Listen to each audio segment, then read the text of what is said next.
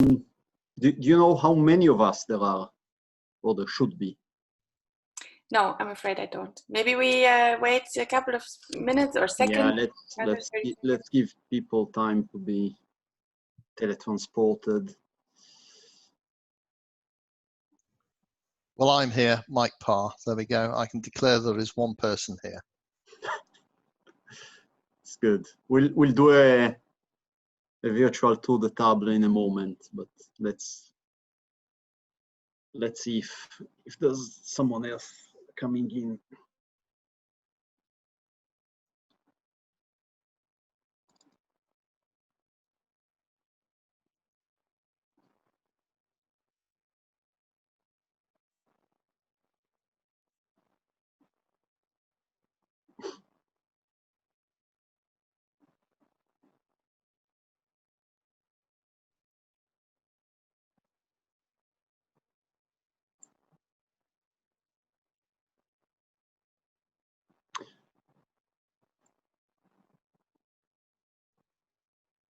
In theory, people are sent directly to the room, so it shouldn't take much. Well, I can see both of you plus Bruno Matos and Yeah, Stephanie Rope something. Indeed. Very close to ropiness, yes. Just Stephanie is fine. Okay, apologies. Maybe you can put your cameras on, particularly if we are few people. It's nicer if we actually see each other. Hi, Mike.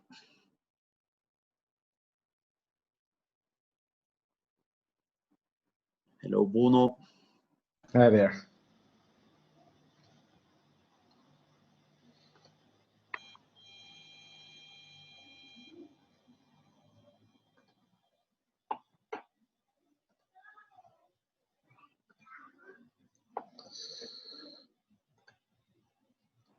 And hello, Stephanie.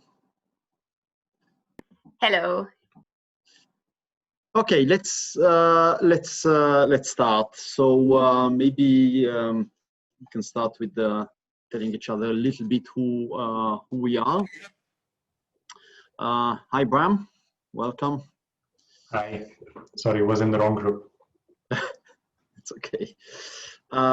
Well, we haven't started yet, so we'll start with a quick round of presentations. So I'm Ariel Brunner. I coordinate the policy work for BirdLife Europe and Central Asia.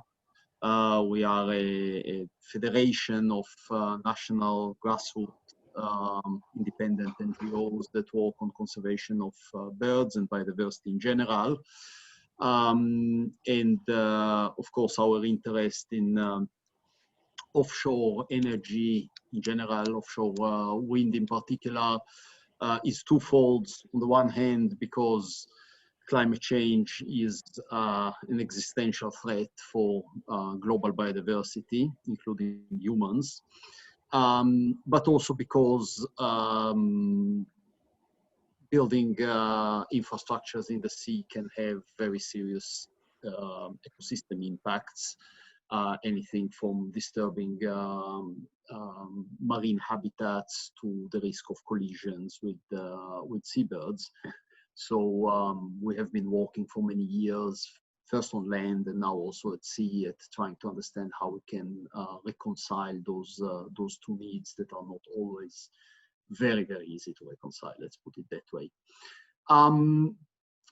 Maybe following my the order of appearance on my screen, Mike, you need to unmute yourself. Sorry about that. Right, I work with a guy called Simon Minnett. We erect bird choppers, amongst other things. I think they're also called wind turbines. And we have a pretty big interest in hydrogen. And we see offshore being a big supplier of electricity for hydrogen.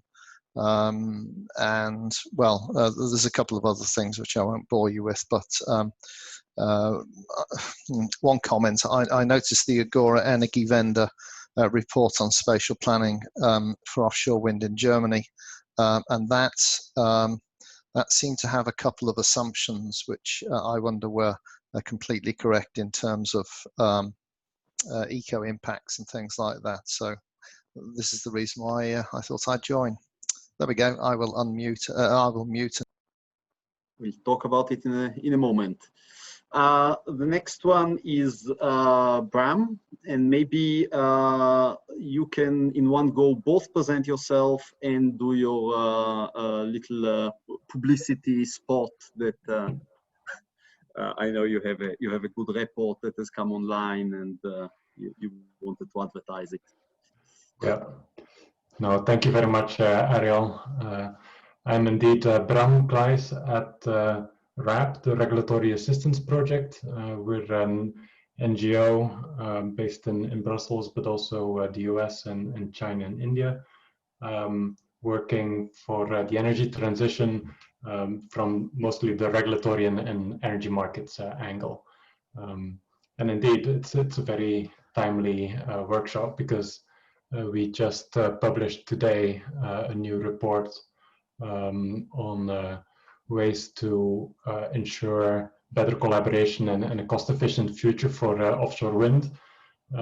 We called it Seabreeze because we are innovative in our titles as well, and it's basically very much making the case for a more integrated and coordinated approach in the North Sea and the Baltics, where for now we're seeing still predominantly national approaches, and we think as we go forward the integration and more coordination will be very necessary, which will require significant regulatory change, but there's things that member states can do in the meantime, like harmonization of support mechanisms, auctioning. We think obviously today it's been touched upon a couple of times already, the interconnection and transmission system build out should be better thought through, and we are big advocates for a shared approach, such as the one that was inaugurated yesterday between Denmark and Germany by 50 Hertz and Energinet. We think that's the way to go, and would like to see much more of that. Costs are obviously a big issue, so we think a more contestable approach, by which we mean that there should be a possibility to compete between different interested parties to build out that transmission, to not only lower costs potentially, but also to get access to new sources of capital. And along with that, look at the market design in which all of this should happen, such as the bidding zones and allocation of transmission rights. So it's very much looking at regulatory framework, ecosystem services, or impact on biodiversity is not a big angle in the report, but it's obviously something that we care about a lot too. So yeah, thanks for giving me a couple of minutes. We thought it was interesting to let the participants know about the report. Thank you. Thank you, and we'll be reading it with interest. The next on my screen is Stephanie. Yes, thank you very much. I hope that you all can hear me very well. My name is Stephanie, and I started working for Amprion on the 1st of October. So it's my 22nd day today. And Amprion is a German transmission system operator. Our transmission grid is around 11,000 kilometers long, and it transports electricity to 29 million people.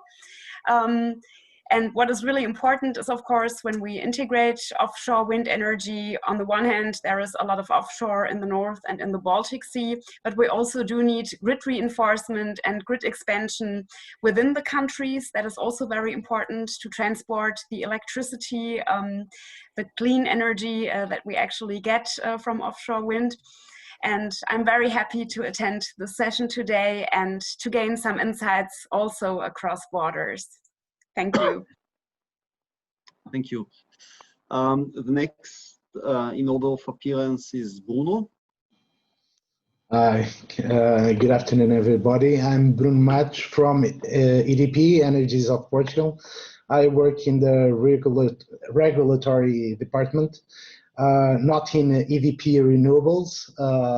That's why I'm a little bit out of that sector. Actually, there are EDP renewables in the group, but that was my interest in this session to, well, listen more than speak, and listen to you to get more knowledge about what's going on, for instance, in offshore wind. And that's it. I've been in this company for a long time, working in beginning in DSO activities, then natural gas activities, and now in the regulation. And always involved in regulation with all these things happening in the transition, energy transition. Right now, I'm responding for a public consultant from the NRA from Portugal towards the electrical mobility. All things going on, and we have to give some feedback. That's why I needed from your side to understand a little bit of this business. Thank you. Thank you. And Joanna, I guess most people probably know you, but still. Actually, there's some new faces here. Hello, everyone. I'm Johanna from RGI. I am here to support the session, but I'm also the project manager for Offshore at RGI. And we've been, since the beginning of the year, trying to, well, we've done things before I became the project manager. So we have developed the Marine Grid Declaration.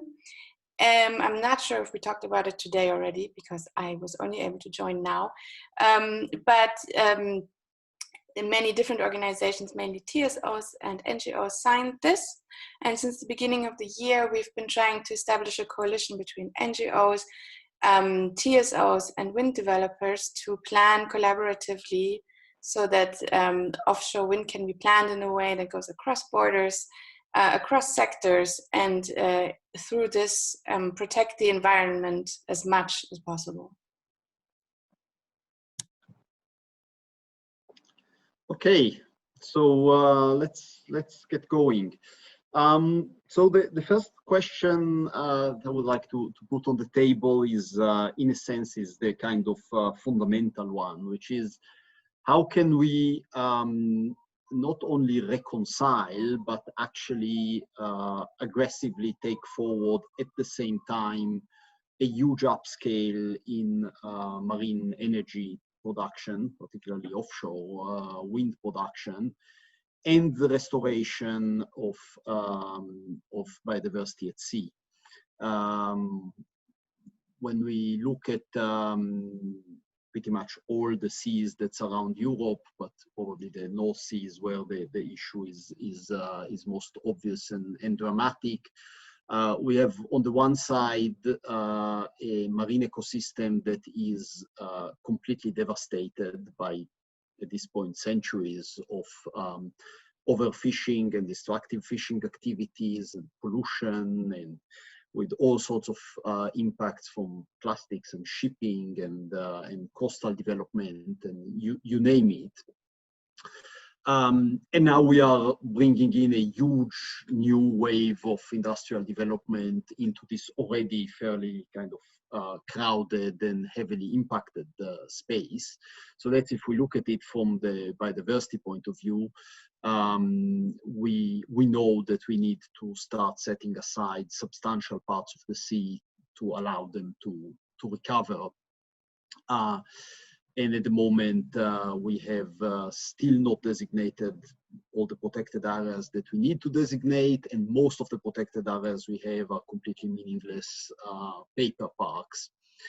And a lot of species are racing toward extinction. Some of them in European seas are already probably beyond the point where they can be saved.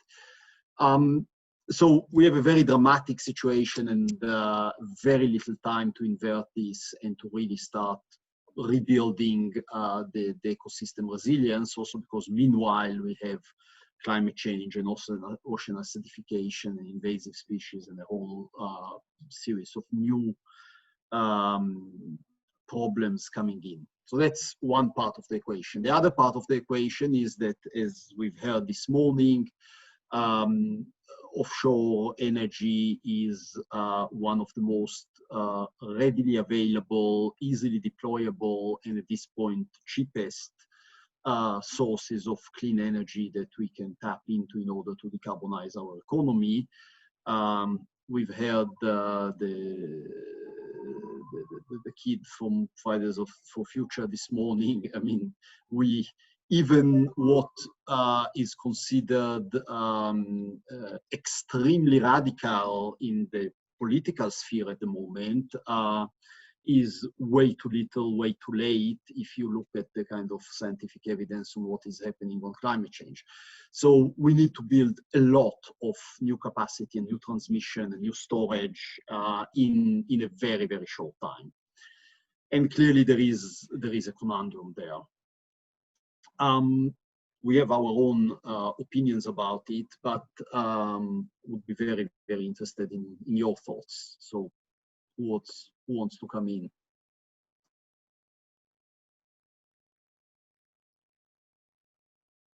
Mike.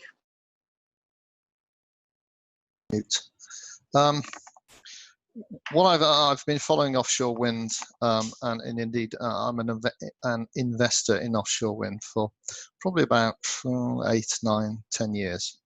And what I see is it tends to be portrayed as a they win, you lose, or the environment loses if offshore wind wins.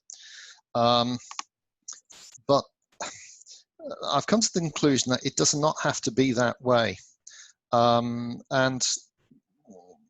I picked up an article which first of all restores an ecosystem, or starts to restore ecosystems, and also solves a problem that the offshore wind guys face. And you may not be familiar with it, but one of the problems when you build offshore in places like the North Sea has quite strong tides, and a lot of effort is made in terms of scour protection. Basically, it stops the foundations or the seabed being swept away from around the tower.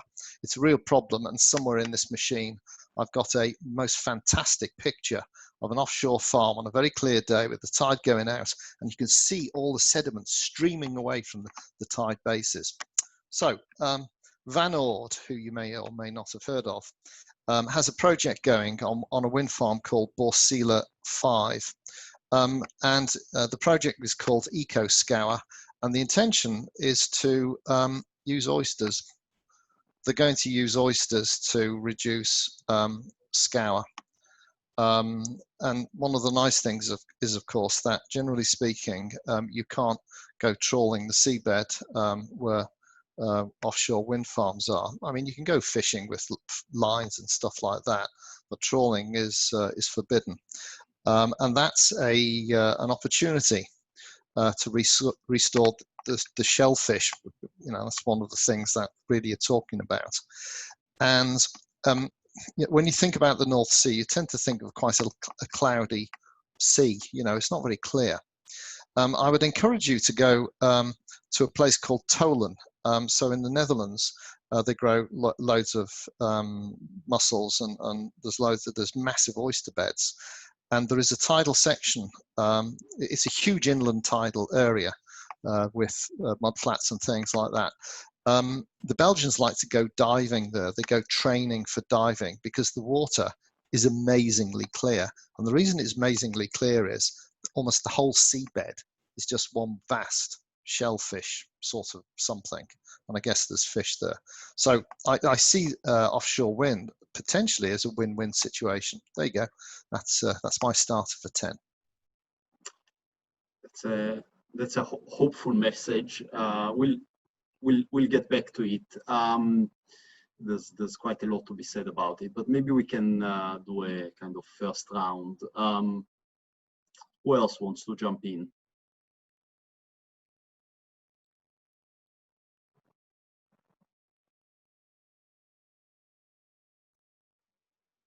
So maybe to stimulate you a little bit, I'll pick up on what Mike was saying.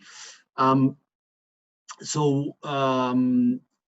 think it's quite clear that there are certain win-win options, and there are interesting experiments around there. And certainly the impacts of things like bottom trawling are so bad that, to the extent that wind farms become sort of protected areas, they can contribute to restoration of certain types of marine biodiversity. That said, I think we need to accept that it's not that simple. So yes, there might be some win-wins, but there are also impacts. So for example, if we talk about seabirds, we have quite significant evidence that seabirds actually actively avoid wind farms as foraging areas, which means that if too much of the sea becomes a wind farm, there will be too little of the sea that birds can actually feed in. Just like the risks of collision for certain species is not negligible. Where we come from is basically around the need for strategic planning. You need to be guided by good science, so you need to understand what areas the birds are using at the moment and why are they using them, what areas have different types of seabed communities, in what state they are. And then based on that, and of course the considerations about wind potential and location and closeness to existing cables and so on, you can make smart choices. And if you make smart choices, then those choices could lead you into having some properly protected areas that are left undeveloped and actually where we probably pull out human activities in order to ensure full ecosystem restoration, and other areas where we can reconcile, for example, wind development with certain forms of ecological restoration, and maybe also with certain forms of fishing or harvesting for that matter. But to do that, we need to have sound data, and we need to have sound planning.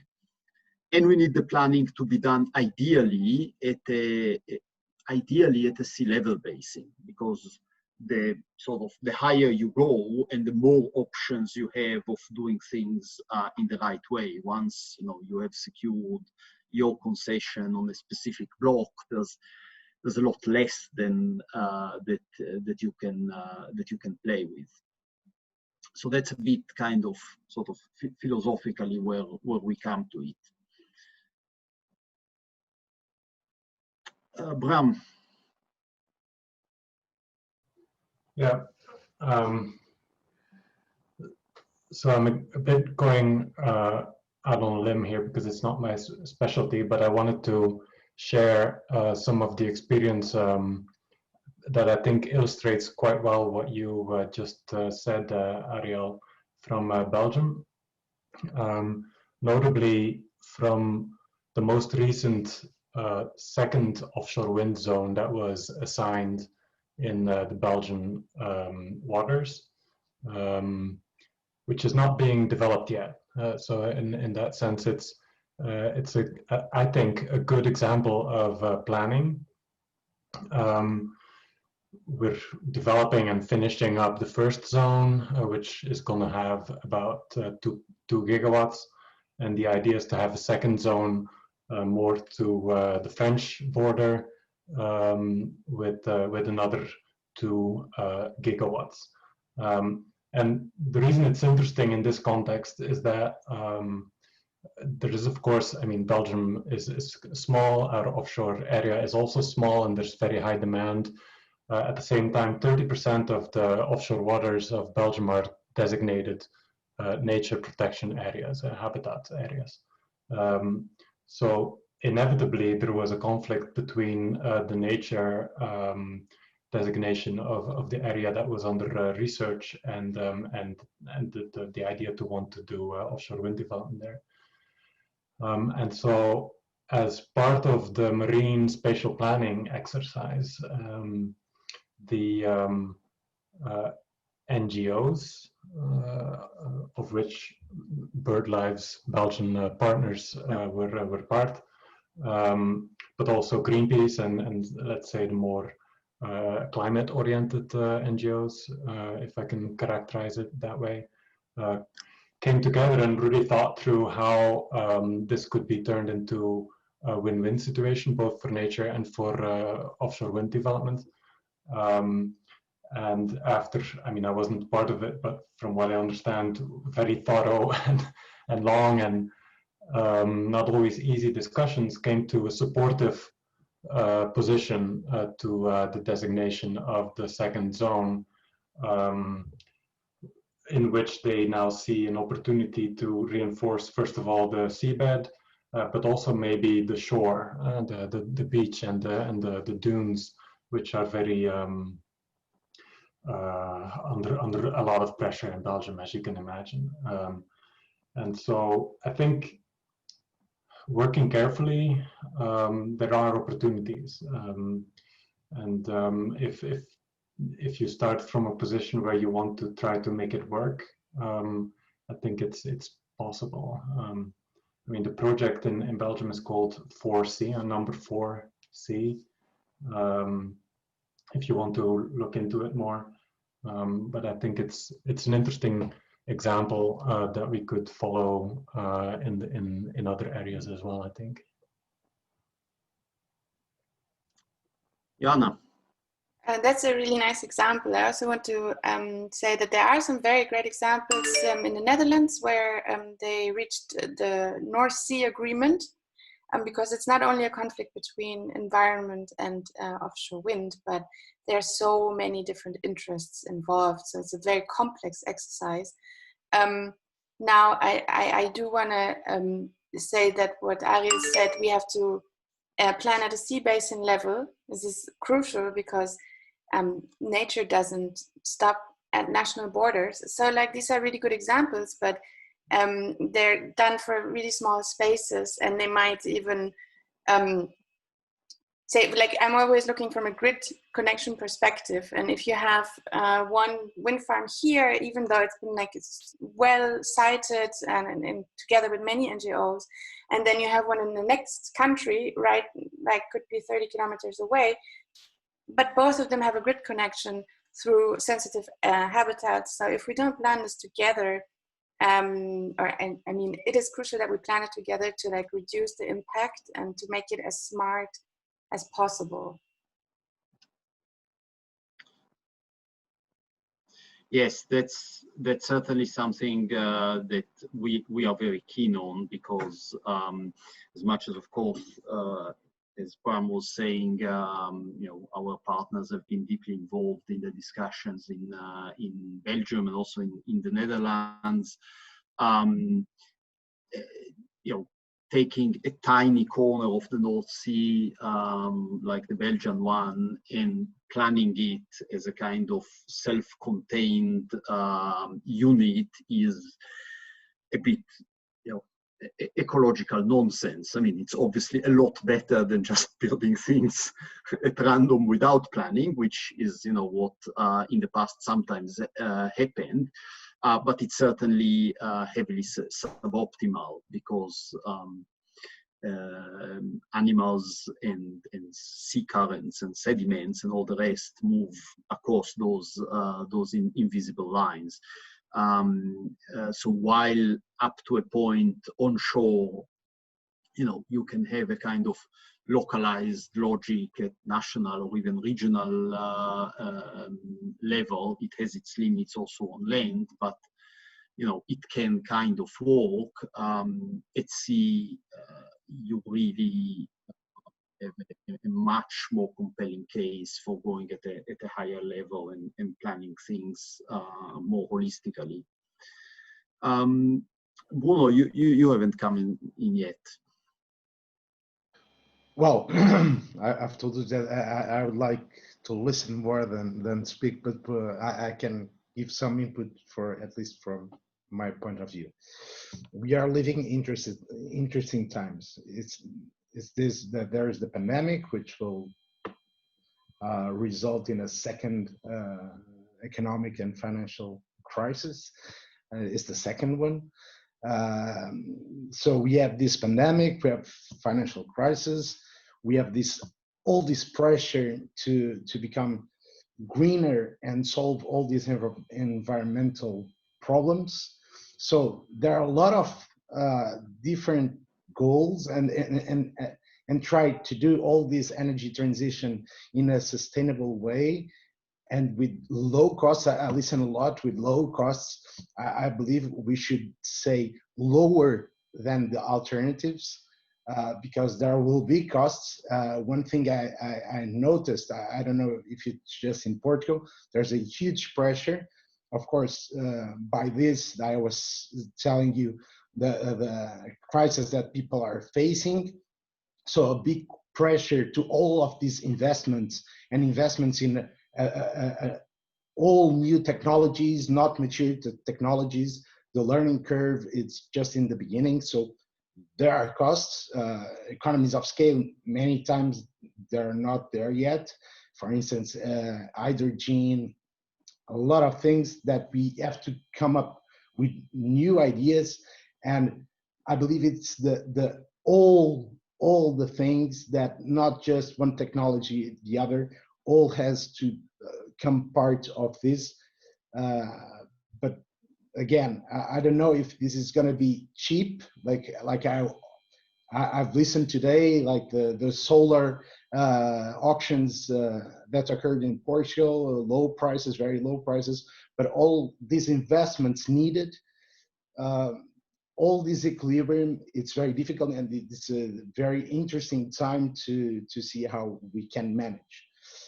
For instance, now in particular with the wind turbines and offshore wind turbines, for instance, in EDP, we have this wind float project, which means we have to go for all the alternatives that we can get. This project is a turbine that has been in place for, I think, 5 years, producing a 2 megawatt turbine, which can be put in place in deeper waters, greater than 40 meters of deep. And this is another thing that in these 5 years, the turbine, the structure resisted to 17 meters waves. So it's proven a good project and alternative to make offshore wind in deeper waters a solution as well, that we can look at it. Yeah, certainly the floating offshore technologies are very interesting because they basically increase your room for maneuver, and we know that very often it's the shallow areas that are the most biologically sensitive. And also the most scarce in many cases. So that's certainly a direction of technological development that might help us solve part of the conundrum. Just like another technological development that will make things a bit easier is the rapid increase in size and efficiency of turbines. Because obviously, the more the individual turbine can produce and the less of them you need and the less space you need to occupy. Hopefully in the future we can get a lot more electricity from a lot less infrastructure than in the past. But I have a question for maybe going back to Mike from an investor's, let's say, industry point of view.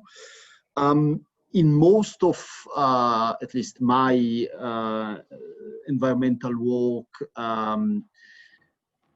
we tend to be up against industries and investors that have basically just one kind of conditional reflex when it comes to environmental legislation, which is to try and have as little as possible of it.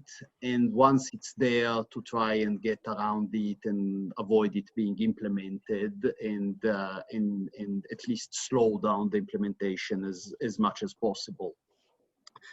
Now, I think that with offshore wind, or in general the kind of renewables sector, we are in a different place because it's a technology that has an environmental case behind it, because those are technologies that actually need environmental action to promote them.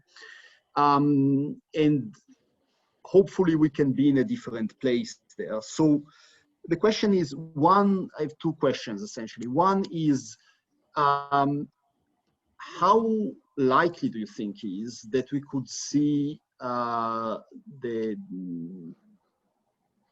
energy sector, the renewable energy sector, or at least the offshore sector, actively lobbying governments to do properly their job? Because the way we see it, if governments do not designate their Natura 2000 sites, they are creating you uncertainty, and they are potentially sending you into developing in places where you shouldn't be going and storing trouble for the future. If they put the sites on a map and get the management plans and do the science and so on, then they are creating a much more benign investment environment, not just doing good for the environment. So the first question is, do you think we can get an alliance between environmentalists and industry to actually ask member states to, for example, really implement properly the Birds and Habitats directives and the Marine Strategy Framework Directive and the Marine Special Planning Directive, which at the moment a lot of member states are not? And the second question is there any active thinking in the industry about strategic investments in conservation? I'm not thinking here in the kind of narrow offset logic, which, as we know, is often very problematic. But at a higher level, particularly at a sea level basin, ultimately impacts are cumulative, and what matters is the carrying capacity. If a certain seabird species has a certain level of mortality, the mortality from fishing gear and the mortality from wind and the mortality from invasive species on the colonies all sum up and depress the demographic of the species. If you reduce that mortality, well, the lower the overall mortality, the less serious is any specific incident of mortality. The same thing is if we think about access to feeding grounds. Well, the richer the feeding grounds are, the less of them you need, in a sense. The more feeding grounds are depleted, and the more species need every scrap of sea. So those are probably things where you could intervene, and certainly in our experience, the costs of conservation are ridiculously small when you compare them to the costs of investments that are going into that sector. So maybe there is something that can be done there. So what do you think about those 2 points? Wow, okay. Right, how to address this? So I know Bernard Fries, who I think runs DG Mare, and I know that he is actively engaged with the wind people, because one of the problems that DG Mare face is, I'm not going to put this gently, the rape of the seas by assorted trawlers and hooligan fishermen who often claim that they're keen on conservation, but to me that doesn't seem to be the case. And that's one of the reasons why I mentioned the oyster initiative. So Van Oord is a very big builder of wind farms, and it's clear that there is a convergence of interest, at least in the level of shellfish. And of course, shellfish track fish, and I guess if fish are there, birds are attracted as well. In terms of, I'm not. This is not a direct question, but it's an observation that you mentioned that seabirds avoid wind farms. So let me pose a slight variation on this. If I've got a wind turbine, and let's call it the big one, a 10 megawatt gigantic thing sitting in the sea somewhere, what sort of radius would the birds avoid this wind farm, this wind turbine? So there's going to be a point where the bird will look at it and say, okay, go in the water, chase a fish. I mean, Bruno's smiling, but this is a real question, you know. There will be some kind of functioning space around it, and the birds will say, oh, I better stay clear of that, because they're not stupid, you know. I don't think they deliberately run smack bang wallop into a rotating blade. So I ask this question because one of the constraints faced by wind farms are the inter-array cables. So, you know, you've got a wind turbine here, wind turbine there, and you connect them with an electric cable. I will keep this short. It's not a technology lecture. So originally these were at 33,000 volts. They've moved to 66,000 volts because the turbines have got a lot bigger. But you can imagine that there is a constraint. There's an economic constraint, but also you're trying to maximize the amount of wind the turbines can have, if you see what I mean. So you've got to space them a reasonable distance apart, both upwind and downwind, and, you know, apart from each other. The point is that ideally the industry would like to have them spaced further apart, and this hence my question to you to say, well, what's seabirds going to be happy with? If it's a single wind turbine sitting in the middle of the ocean, there will be a circle that you could draw around it, and seabirds happy outside the circle, seabirds not so happy inside the circle. One of the things that the industry is currently looking at is to put electrolyzers in the tower and convert the electricity into hydrogen. And there is no constraint in terms of distance if you've got a pipeline. There just isn't, and it's a lot cheaper actually, a pipeline, than having an electrical cable. And this is something the industry is actively looking at. And I mention this because I think one of the problems is that we tend to look at everything as is. So if we were 10 years ago in 2010, we'd say, oh dear, you know, are we ever going to get the price of offshore wind down? And that was the discussion back then. Apologies, my internet went down, so okay. I've missed the last couple of minutes of what you were saying. Right. So I think I was talking about inter-array cables. Yeah. I was talking about the fact that If you have an electrolyzer turning the electricity from a wind turbine into gas, it's infinitely cheaper to push that down a pipe than it is to push it along an electric cable. It just is. And these are developments that the industry is now looking at. So we look at wind farms now, and there's a certain spacing with big turbines. Could be quite a bit different in 10 years' time. And that was the reason for my question. At what point would Seabirds be happy, for example? Yeah.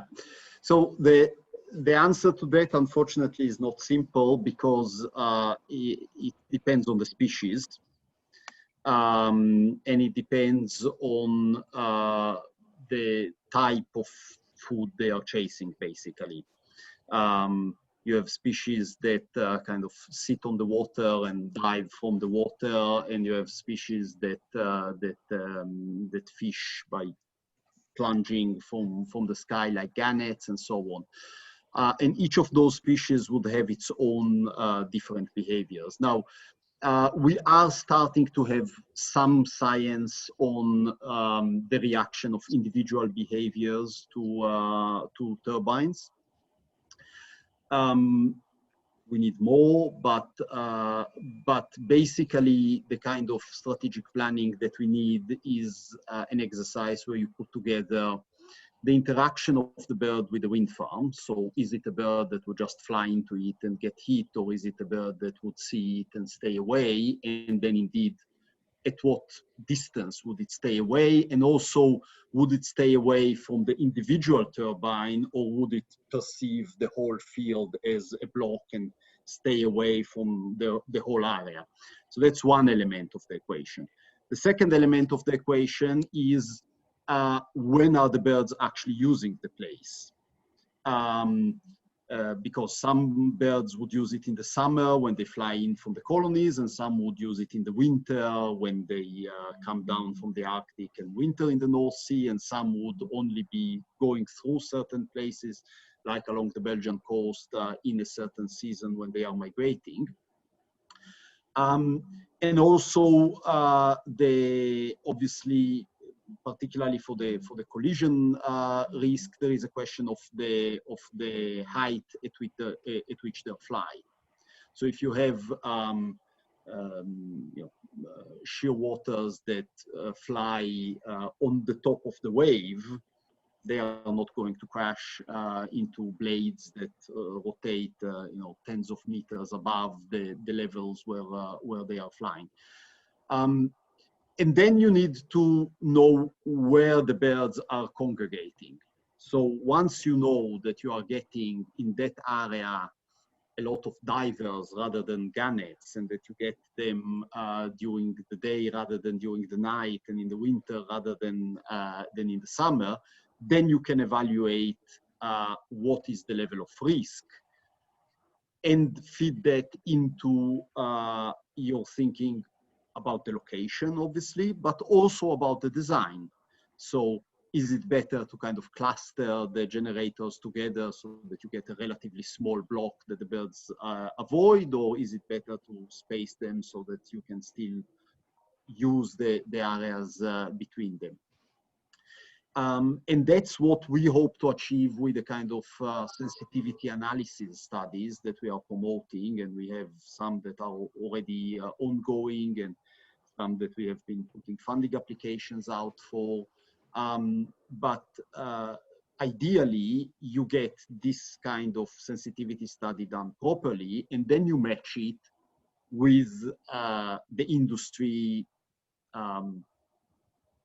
kind of analysis about wind potential, suitability of the seabed, need to optimize the cables and the rest of it, and that then allows you to start making the smart choices.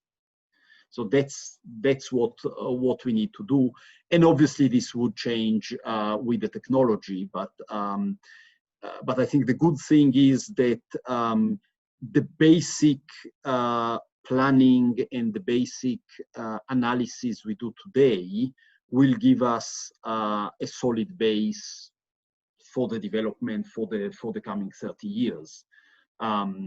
it might be that, 15 years from now, we will have completely different technologies. So certain things that are a problem today will not be a problem anymore tomorrow. We might be able to, put less generators or put them closer to each other or whatever. But if you know what are the problems you are trying to solve, and also what are the potentials, such as habitat restoration or establishment of protected areas, or provision of alternatives to fishermen, because one of the issues of conservation in our seas is that we actually need to start closing some substantial areas to fishing, because we can't keep destroying everything everywhere. But fishermen do need livelihoods, and there are interesting experiments also in this industry about forms of provision of habitat for valuable species, whether it's shellfish, whether it's crayfish, putting all sorts of artificial reefs around the installations and so on. So there are things that can be combined, but it takes me again to the logic of good science, good planning, and then actively trying to find the win-wins, and thinking laterally, so that the win-wins are not just about what you do in your farm and trying to make your farm as biodiversity friendly as possible, but also what is your contribution as an investor to what is happening in the sea basin overall. And it might be that for certain problems, it's much better for you to intervene elsewhere than directly where you are drilling the foundations for what you are building.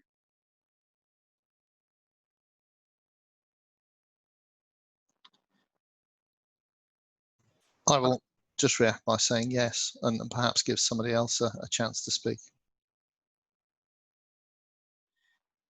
Maybe if there aren't any immediate things you want to jump in, maybe some thoughts about the upcoming EU strategy and also the revision of the 10E legislation, where we think there are a lot of opportunities for getting some of those things right, in the sense of doing proper strategic environmental assessment, looking at some of those potential win-wins, and also bringing in an element that for us is very important, which is the element of efficiency. So how do we combine clean energy production with energy efficiency, and we don't just chase a kind of ever-growing demand with ever-growing supply. But what are your thoughts, and maybe Stephanie or Bruno, you might want to come in. What do you think are the key issues that we need, particularly the Commission, to try and crack in those upcoming EU-level instruments?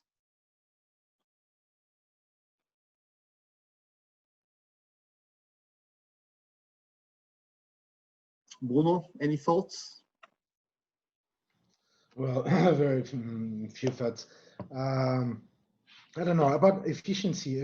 Well, at the beginning, to start with, electricity by itself, it's a resource more efficient than others. So from that point of view, electrification will be a good move to efficiency.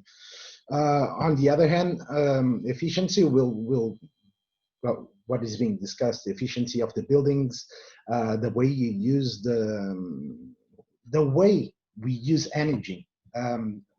Probably that the most important thing is people.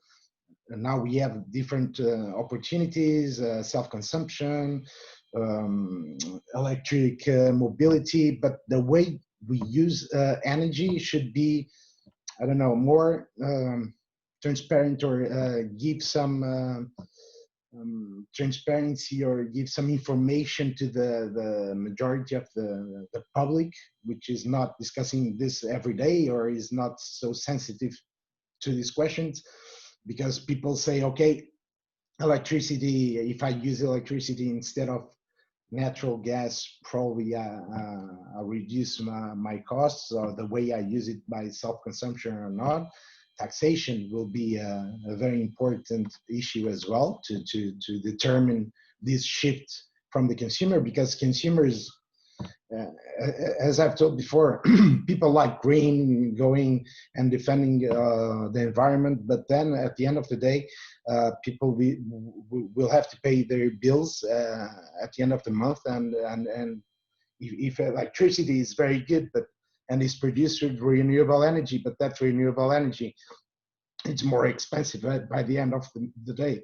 Then I use natural gas to heat my house. I will continue to use. I have no incentive to shift my type of consumption. So taxation, it's important to make an incentive to shift people from the resources they use, and then how we use how is our consumption profile. Okay, so because this is an effort not just from the industry, from the many stakeholders in the energy industry, but also from everyone. Everyone has to do an effort to change something. And by literacy, energy literacy, I believe it would give, would be a good input to push everybody for this energy transition, because people, they know, but they are not very aware of what's going on, and it's just the way I use energy. If now it's electricity is cheaper, then you start using electricity, you consume more. Of course, you will consume more if you have more appliances at home that consume electricity, but comparatively, we should reduce our way to consume energy and produce waste. So this is just by literacy, and this would be important, I believe. Yeah, I think. Yeah, I think just to add on that, I think what is also really important, and I think you illustrated that very well with the concrete examples that you gave about birds, for example. It is really something when we have the energy transition that goes across several sectors. So on the one hand, we have the electricity sector. Even though it's called energy transition for a long time, it was more like only an electricity transition, actually. Now we have come to the realization, okay, it's not just electrons, but it's also molecules. And then, of course, we do need offshore wind, both for electrification, but also possibly to move more into this sectoral integration world, of course. And then I think this other additional complexity that we could add in today's session is actually adding the environmental dimension on top. So we could say it's not just sector coupling within the energy sector between electricity, heat, and transport, but also, of course, extending towards the environmental sector. I mean, and that is kind of a new sector coupling, actually, that we have to think of those intertwined and together. And I think that is very important when trying to find solutions. Indeed, and it raises its own efficiency issues, because the questions of efficiency are not just about the efficiency of the end use, but for example, when we are starting to look at using, for example, wind power to produce hydrogen, it begs the question of then what do you do with the hydrogen, and whether you use it for the things that where we really need hydrogen, or whether you are just, then potentially burning the hydrogen to make heat, and whether hydrogen becomes a way of substituting, for example, natural gas, or whether it becomes a way of course subsidizing natural gas so that we keep using it. And we know there are some very, very painful discussions going around there. Mike. Yeah, just to mention a small factlet. Obviously, digging up the seabed is not a wonderful thing, because it does tend to disrupt things. A small factlet you may not be aware of, but a report was done. Okay, this covers the UK part of the seabed, but I see no reason why it would not cover the Dutch part, or other parts where there are gas pipelines. So they found that about 40% of the existing gas pipelines sitting already installed in the North Sea are quite capable of carrying hydrogen, which means that they can be repurposed, and it means we don't need to have ships digging yet more trenches, laying yet more steel pipes. And you start to wonder how many networks, gas networks, could be repurposed. And I would make the observation, or repeat the observation made to me by a bunch called Ito Gas, that Germany didn't really have a north-south energy problem, because they have gas pipelines running north-south, quite capable of carrying all the energy that Bavaria and Baden-Württemberg could unreasonably want to consume. They had an electricity north-south problem. And this raises the question, can we not try and reuse much of the network we already have and maybe repurpose some of it to carry, well, gases other than natural gas? I'm not a cheerleader for natural gas. I'm just saying that we've got already a huge amount of gas infrastructure that we could reuse. There we are. Well, I think you are raising a very interesting question there, and certainly I think most environmentalists would always agree on repurposing things that we already built rather than building new ones. This is as a general logic. Where it gets a bit more complicated, of course, is that the people, as we know, the people operating the electricity lines and the people operating the gas pipelines are not the same people, and the people that operate the gas pipelines usually are tightly linked to the people selling fossil gas. And so there is certainly need for some changes there in governance and incentive systems, and making sure that things go in the direction of the energy transition and not in the opposite direction. But it's certainly a very crucial debate. Yes, actually, our argument is that ENSO-G and ENSO-E should be combined, because it's about carrying energy, and you need to, if you've got two separate infrastructures, separately managed, separately going their own ways, that's mad. That doesn't make any sense at all.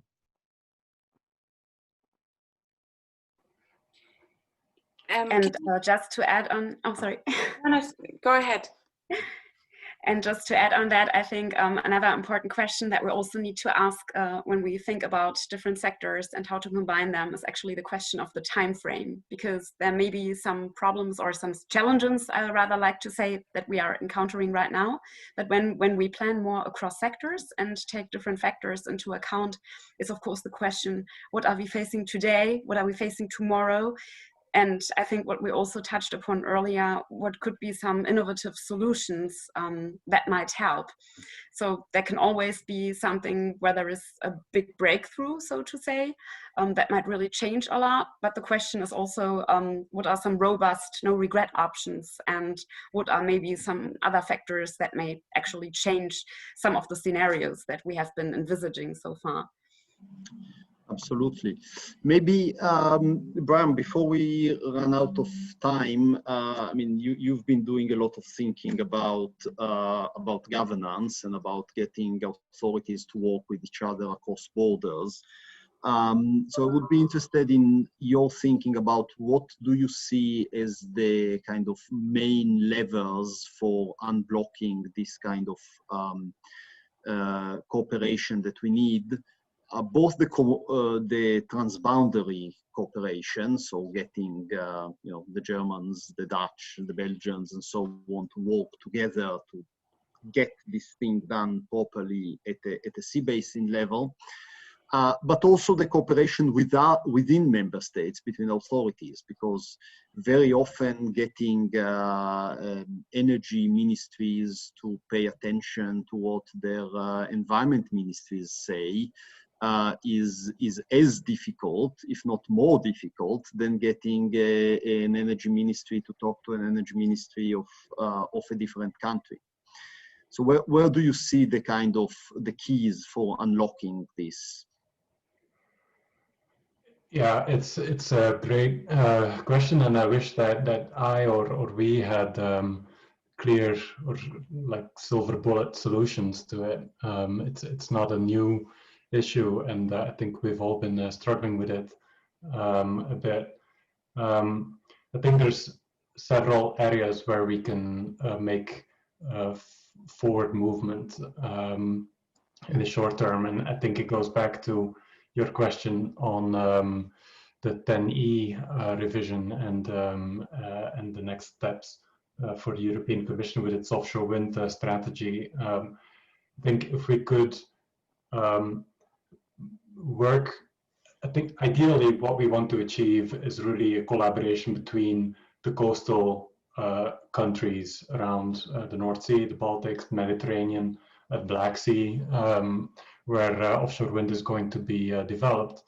And there are, of course, initiatives going in that direction, but that takes time. So if in the meantime we could coordinate on harmonizing the environmental impact assessments and other impact assessments, the impact assessments also for the interconnection to the transmission on shore, that would help quite a bit. And then the second area would be on the more market side of things, coordinating bidding zones, and potentially support if support is needed, although increasingly support is not needed or is very little. So if we could harmonize the concrete steps towards joint offshore wind development, that would be great. And we do look with interest at the new renewable energy financing instrument that is now created to get to the 2030 renewable energy goals, and that is supposed to stimulate collaboration between member states in a way that the flexibility mechanisms that exist for the 2020 targets didn't quite work well. So we hope that that's going to be better. I think what's interesting at the European approach, and that could help with the national level as well, is that I think the European Commission is doing a really good job at starting from a high-level vision of where they want to get to, and then translating it to the different departments, and with the Green Deal and the long-term decarbonization. There's elements that you can critique. I mean, I personally think there's a too high emphasis on hydrogen, but overall, I think such a joint mission is something that is often lacking in member states, at least where I can see it. I think Germany is actually quite good at having these mobilizing visions, but other member states are a lot less good at that. And if you don't have it, I think it is harder for the environment or the energy or climate ministries, let alone the economic development departments to work together. So starting from a good vision and leadership is going to be paramount. I know that's not a very concrete answer. I wish that we had a more concrete answer, but it's going to be a work in many steps, I think. I would tend to agree, and what we would like to see is this energy vision connected also to an environmental vision, so that